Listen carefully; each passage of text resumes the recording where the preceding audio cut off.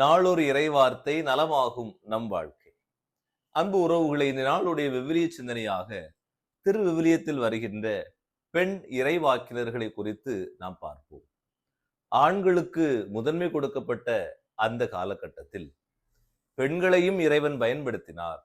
அவர்களும் இறைவனுடைய இறைத்திட்டத்தில் உடனிருந்தார்கள் என்பதை இந்த நாளுடைய சிந்தனை நமக்கு தருகிறது.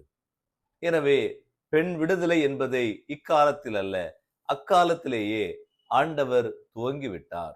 அவர்களை தன்னுடைய பணிக்காக பயன்படுத்தி புரட்சிவாதிகளாக, பெண்மைத்துவத்தை இந்த உலகில் விதைப்பவர்களாக, பெண் விடுதலைக்காக குரல் கொடுப்பவர்களாக, ஆண்களுக்கு நிகராக தங்கள் உழைப்பால், ஜபத்தால், உடனிருப்பால் இறைவனுடைய அருளால் அவர்கள் இருந்ததை நாம் பார்க்க முடிகிறது. எனவே பெண் இறைவாக்கினர்கள் யார் யார் என்ற பெயர்களை அவருடைய வாழ்வில் திருவிவிலியத்தில் எங்கெல்லாம் அவருடைய பெயர்கள் குறிப்பிடப்பட்டிருக்கின்றன என்பதை நாம் இந்த நாளில் பார்ப்போம்.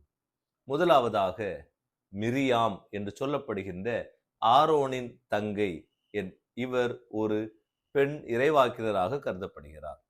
விடுதலை புத்தகம் 15ஆம் அதிகாரம் 20வது இறைவார்த்தையில் இறைவாக்கினர் ஆரோனின் தங்கையுமான மிரியாம் கஞ்சிரா ஒன்றை தன் கையில் எடுத்துக் கொண்டார். பெண்டீர் அனைவரும் கஞ்சிரா கொட்டி கொண்டாடும், நடனம் கொண்டாடும், அவரும் சென்றார் என்று சொல்லப்படுகிறது. எனவே அவர் ஒரு இசைக்கருவியை தன் கரங்களில் எடுத்து அதை அடித்து எல்லா பெண்களோடும் இணைந்து கடவுளை போற்றி புகழ்ந்தார் என்று சொல்லப்படுகிறது. முதலாவதாக. இரண்டாவது தெபோரா. நீதி தலைவர்கள் புத்தகம் 4ஆம் அதிகாரம் 4வது இறைவார்த்தையில் இவரை குறித்த நிகழ்வு நமக்கு வருகிறது. இஸ்ரேலுக்கு இறைவாக்கினரும் லெபயோத்தானின் மனைவியுமான நீதி தலைவியாக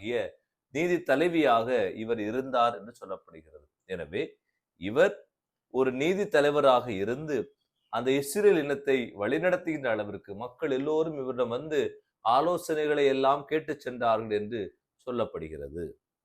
அதற்கு அடுத்தபடியாக குல்தா என்று சொல்லப்படுகின்ற இறைவாக்கினர்.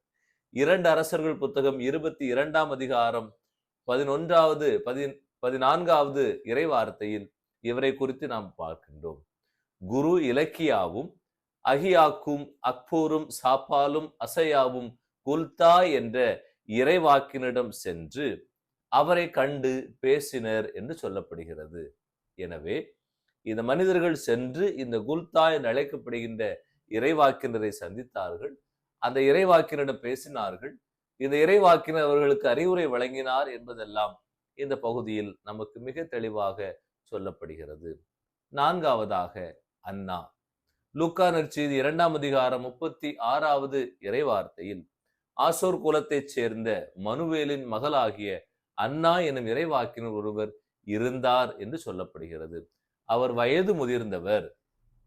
மணமாகி 7 ஆண்டுகள் கணவரோடு வாழ்ந்தபின் அவர் கைம்பெண் ஆனார் என்றெல்லாம் விவிலியத்தில் மிக தெளிவாக குறிப்பிடப்படுகிறது. எனவே இந்த அன்னாவும் இறைவனுடைய உடனிருப்பினால் இறைப்பணி ஆற்றினார் என்பது மாபெரும் செய்தியாக இருக்கிறது. இறுதியாக எசாயாவின் மனைவி.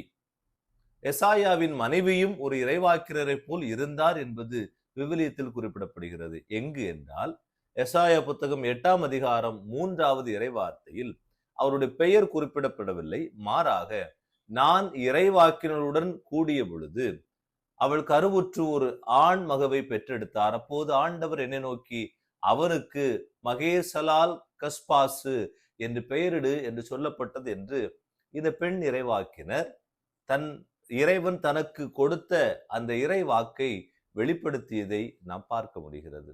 எனவே அன்பு உறவுகளே, இந்த நாளில் இத்தனை பெண்கள் இறைவாக்கு பணியை ஆற்றியிருக்கின்றார்கள்.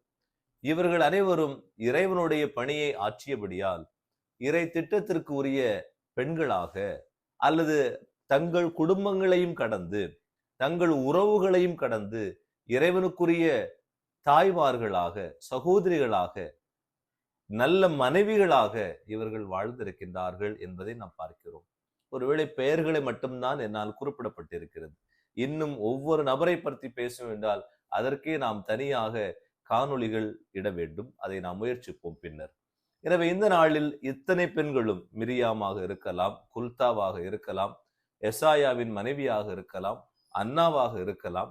இவர்கள் எல்லோருமே இறைவன் தங்களுக்கு சொன்னதை செய்தார்கள், கேட்டார்கள், அதன்படி வாழ்ந்தார்கள். எனவே நாமும் நம்முடைய இல்லங்களில் இருக்கின்ற தாய்மார்களுக்கு இந்த செய்தி, நாம் இறைவன் சொல்வதை கேட்போம். ஒருவேளை இறைவன் உங்களது கணவர் வழியாக சொல்வதை நீங்கள் கேட்கலாம், உங்கள் பிள்ளைகள் வழியாக சொல்வதை கேட்கலாம். இது முதல் சிந்தனை. இரண்டாவதாக, இல்லங்களில் இருக்கின்ற ஆண்களுக்கு, தந்தையர்க்கும் மகன்களுக்கும் சொல்ல செய்தி, கடவுள் இந்த தாய்மார்கள் வழியாக நம் குடும்பத்தில் பேசுவார். எனவே உங்கள் தாய் சொல்வதை பிள்ளைகளாகி நீங்கள் கேளுங்கள், உங்கள் மனைவி சொல்வதை கணவர்களாகிய நீங்கள் கேளுங்கள், அல்லது உங்கள் சகோதரிகள் சொல்வதை சகோதரர்களாகிய நீங்கள் கேளுங்கள். ஏனென்றால் இறைவன் இப்பெண்களை ஒருபோதும் நிர்கதியாக விட்டதில்லை. அவர் அவர்களை அரவணைத்து தன் இறை திட்டத்திற்காக பயன்படுத்தினார். நன்றி.